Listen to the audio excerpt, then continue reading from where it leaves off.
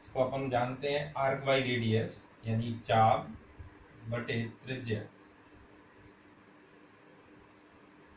Arc by radius, arc जो होता है चाप वो भी एक दूरी है और त्रिज्या भी एक दूरी है। और इसमें देखेंगे तो l raise to the power 0, यानी ये डायमेंशन लेस है, इसमें कोई इसका बीमीय सूत्र नहीं होता।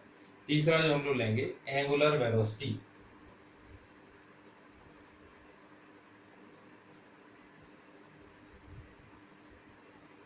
इसमें एक पर यूनिट टाइम में कितना एंगल क्रिएट हो रहा है या बन कितना एंगल रहा, तो उसको कहेंगे कोण बटे यहाँ आएगा समय।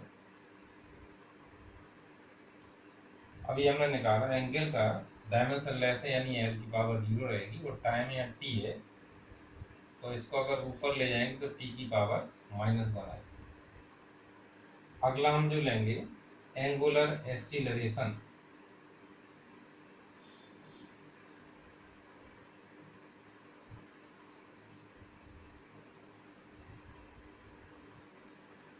कोणीय त्वरण, तो इसमें एंगुलर वेलोसिटी, इसको हम ओमेगा से डिनोट करते हैं, यहाँ ध्यान दे देंगे।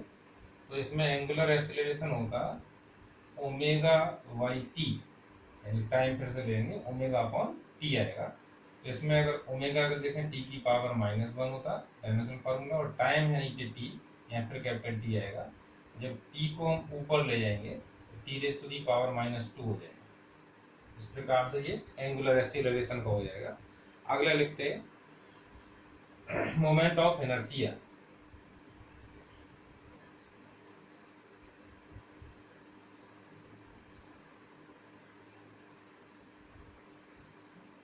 इसको हम लोग I से नोट करते हैं।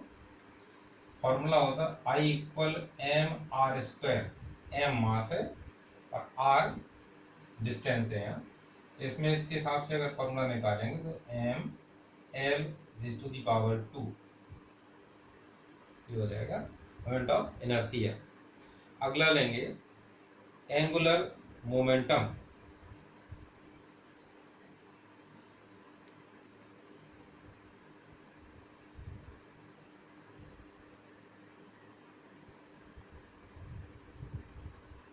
इसको हम J से डिनोट करते हैं। J इक्वल होता I ओमेगा, J इक्वल हो जाएगा I ओमेगा। इससे अगर इसका फॉर्मूला लिखते हैं, I का भी हमने निकाला ml², और ओमेगा के लिए यानी एंगुलर वेलोसिटी के लिए हमने फॉर्मूला पहले निकाल रखा था t की power -1, ml² t raise to the power -1। अगला इसके लेंगे हम प्लैंक कांस्टेंट।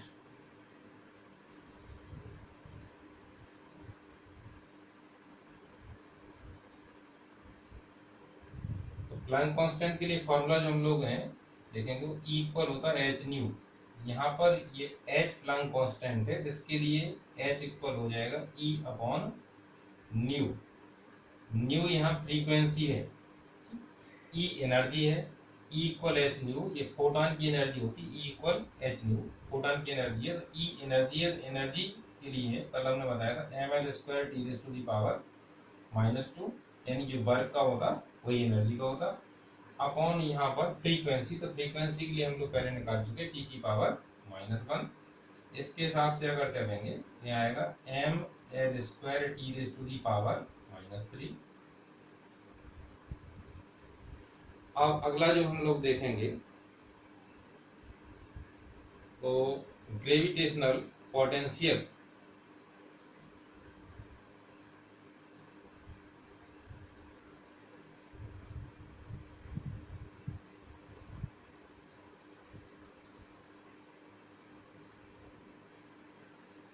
गुरुत्वीय विभव, इसमें हम लोग रेफरेंस जैसे इसकी जानते हैं, एकांक द्रव्यमान को अनंत से वृत्त क्षेत्र के किसी बिंदु तक लाने में किया गया कार्य। इसके हिसाब से इसका फॉर्मूला हो जाएगा वर्क बाई मास। तो वर्क के लिए फॉर्मूला होता dimensional formula ml² T raise to the power -2 y, फिर यहाँ आएगा फिर से m से m कैंसिल, यहाँ बचेगा l² T raise to the power -2। ये हो गया ग्रेविटेशनल पोटेंशियल। अब अगला लेंगे कोएफिशिएंट ऑफ वेलोसिटी।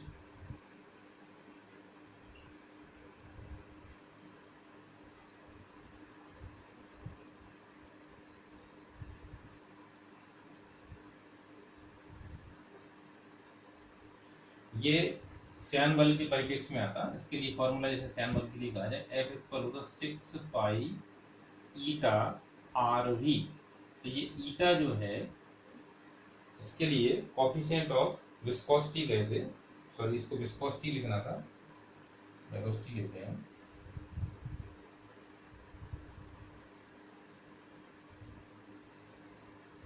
इससे अगर हम ईटा की वैल्यू निकालें ईटा इक्वल हो जाएगा F/6 पाई RV। अब इनके डायमेंशनल फॉर्मूला को बनाने के लिए F का फॉर्मूला होता है ml T raise to the power -2। 6 pi या कांस्टेंट है, R एक डिस्टेंस L हो जाएगा, और V वेलोसिटी है तो L T raise to the power -1।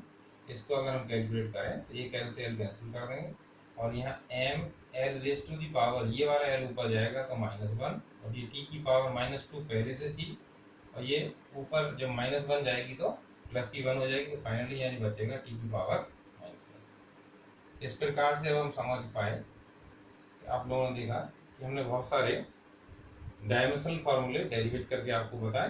तो ये मुख्य रूप से जो बात है वो आपको इसके फॉर्मूले को लर्न होना चाहिए, यानी जो इसका सूत्र है उनको लर्न करना पड़ेगा, और जो सूत्र आपको पता है तो उसके अनुसार फिर आगे के ये मान हम आसानी से निकाल सकते हैं।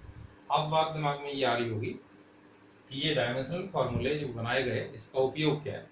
इसके उपयोग में से एक उपयोग हम लोग इसका लेते पहले, ठीक, to check the validity of formula. पहला इसका यूज ले रहे हैं हम लोग,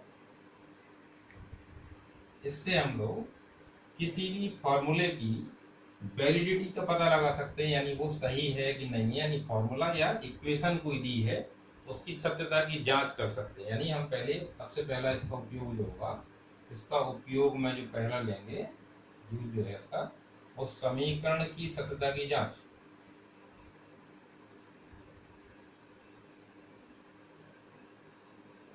कोई फॉर्मूला दिया हो आपको या कोई समीकरण दिया हो, ये पूछा जाए ये समीकरण सही है कि गलत है, तो उसको हम डायमेंशनल फॉर्मूले की मदद से आसानी से प्राप्त कर सकते हैं। जैसे यहाँ लिया हमने पहली v equal u plus at, ये दिया गया, इसमें ये चिन्हों के सामान्य अर्थ है, यानी v जो है वो फाइनल वेलोसिटी है, u इनिशियल वेलोसिटी है, a एक्सीलरेशन है, और t टाइम ड्यूरेशन है। तो इसको हमें ये देखना है कि ये अपनी इक्वेशन जो है ये ठीक है कि नहीं है। इसके लिए क्या करते हैं, पहले हम लेफ्ट हैंड साइड लेते, और लेफ्ट हैंड साइड लेकर के इसमें लेफ्ट हैंड साइड का डायमेंशनल फार्मूला देखते हैं। तो वेलोसिटी भी है, वेलोसिटी के लिए L T raise to the power -1 होता, इसका dimensional formula left hand side के लिए आया L T raise to the power -1। इसके बाद हम राइट हैंड साइड लेंगे, राइट हैंड साइड में देखेंगे u और प्लस at है, तो u के लिए dimensional formula L T raise to the power -1, और यहाँ पर जो प्लस साइन है तो प्लस लगा करके फिर देखें ए एक्सीलरेशन है जिसकी वैल्यू होती है LT⁻², और टाइम फिर से आया तो आया t। इसके हिसाब से देखेंगे तो LT⁻⁻1 ये फर्स्ट स्टेप के लिए हो गया, प्लस यहाँ पे आएगा LT⁻⁻1। इस प्रकार से हमने देखा कि जो राइट हैंड साइड में है उसके प्रत्येक पद के जो डायमेंशनल फार्मूले हमने प्राप्त किए उनका मान, और लेफ्ट हैंड साइड का जो एक ही स्टेप था केवल उसका डायमेंशनल फार्मूले का मान एक जैसा है। इस कारण से हम कह सकते हैं कि दोनों पक्षों के इसके विमीय सूत्र यानी डायमेंशनल फार्मूले समान आए, तो V equal U plus AT equation जो है ये सही है, यानी हमने विमीय विधि से इसकी सत्यता की जांच कर ली। हम इसी प्रकार से एक अलग इक्वेशन फिर से लें। अगर एक इक्वेशन अपन को दी गई जैसे S इक्वल हाफ GT², इसका पता लगाना ये सही है कि नहीं है, तो इसकी हम पहले लेफ्ट हैंड साइड लेंगे, उनके चिन्हों के सामानार्थ है, S डिस्टेंस है, फिर इसका डायमेंशनल फार्मूला लिखेंगे तो ये आएगा L। इसके बाद राइट हैंड साइड लें और सिंगल स्टेप ही उसमें इसका डायमेंशनल फार्मूला लिखें तो ये 1/2 तो नंबर है, इसका कोई डायमेंशनल फार्मूला होगा, लेकिन G ग्रेविटेशनल एक्सीलरेशन है, सामान्य अर्थों के रूप में अगर दिया जाए तो G क्या है, ग्रेविटेशनल एक्सीलरेशन है, तो L⁻² इसका डायमेंशनल फार्मूला हो गया, इनटू टाइम, तो T का फिर पावर 2 आएगी इसमें। इस हिसाब से अगर हम देखें टोटल L⁻² इंटू T⁻+T2, अगर इसको कंबाइन करें तो पावर जो ऐड होंगी, इस हिसाब से देखेंगे तो इसमें आएगा केवल L। इस हिसाब से देखा हमने कि लेफ्ट हैंड साइड और राइट हैंड साइड के जो डायमेंशनल फार्मूले हैं वो इक्वल हैं, अतः ये वाली इक्वेशन प्रूव हो गई, ये इक्वेशन सही है। अब इसके बाकी और यूजेज जो है उनको कर देते हैं।